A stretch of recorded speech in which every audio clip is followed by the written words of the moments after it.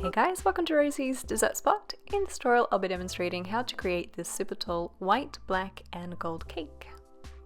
I'm using a 12-inch cake board and sticking my cake on top with some buttercream.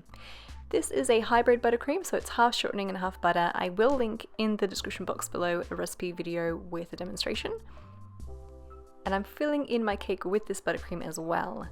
So it works really good for tall cakes, it's pretty stable. At about the 3-layer of cake mark, what I'm going to do is add in some dowel. So I have 1 in the center and then 4 on either side. This is going to support the weight of the other half of the cake because it is pretty tall, and if we didn't add this, you can risk the cake sinking when it rests at room temperature and you get those ugly bulges on the side of your cake. This is one measure you can take to make sure that doesn't happen. Continue stacking on the cake as if it were a 2-tier, and I've used 6 layers of cake here in total. Create your crumb coat. This is a thin layer of frosting that goes all around your cake, trapping in any crumbs. Because it is going to be a buttercream finish, what you can do is make your crumb coat slightly thicker than usual. This just ensures that as you're applying your second coat, you won't be able to see your dark cake underneath it. Go around with your bench scraper, clear up the top and let it set in the freezer for at least 20 minutes, just to make sure it's nice and firm and makes it easier for us to decorate. Now that it's nice and solid, I've got my second layer of frosting going on top here. Still the hybrid buttercream that I'm using, nice and pale thanks to the shortening. And we're going to create a thicker than usual layer going around with my bench scraper. I sell this on my website, the 26cm tall acrylic scraper. I'll have it linked in the eye above and the description as well. Go around till it's nice and smooth, and then bring that lip of frosting to the center of your cake with your spatula. I like to go in with a scraper as well, just to make it a little bit sharper. Back into the fridge she goes for at least another 15 minutes to set. And then we can apply our gold leaf. Because it's been sitting in the fridge, you can apply it with a brush and it won't dint or mess up your layer of frosting here.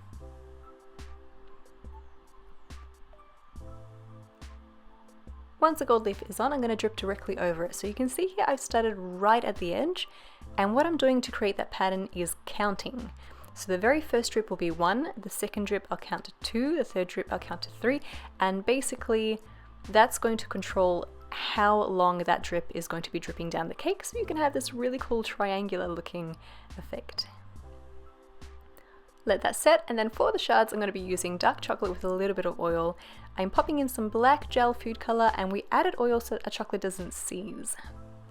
Mix it through and then pop it onto some baking paper. With a spatula, scrape across to flatten that out. You can make it as thin or as thick as you want. Because there are going to be shards though, you do want to keep it a bit thick, that way they're a bit stronger when you're trying to pop them in the cake and it won't break so easy.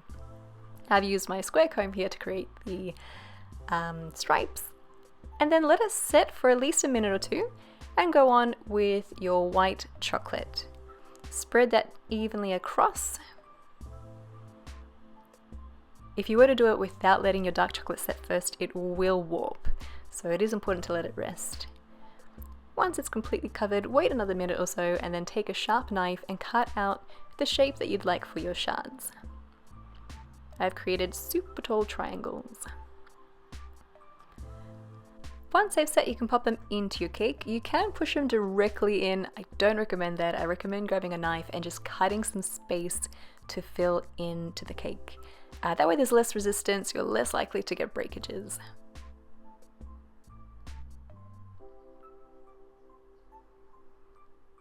You can make some tall, some shorter.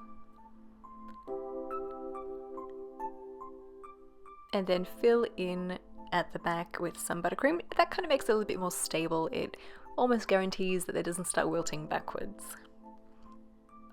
To decorate, I have used little meringues in gold and white. I've also left some dollops on the cake too with a 1M piping tip to help stick on some elements like your macarons. And I've popped some on the front of the cake as well. They've been coloured in with some gold dust by Creative Cake Decorating Australia. The name of the colour is Champagne Gold. Stick a rose on top with some more buttercream and fill in with little dollops. Again, buttercream will add stability at the back of your shards. And you're done. And that is how you create a really fun and pretty black, gold, and white themed cake. This is actually for a lady's 60th, so I can't wait to head on over and hand this down. I'm very happy with the way the drip turned out.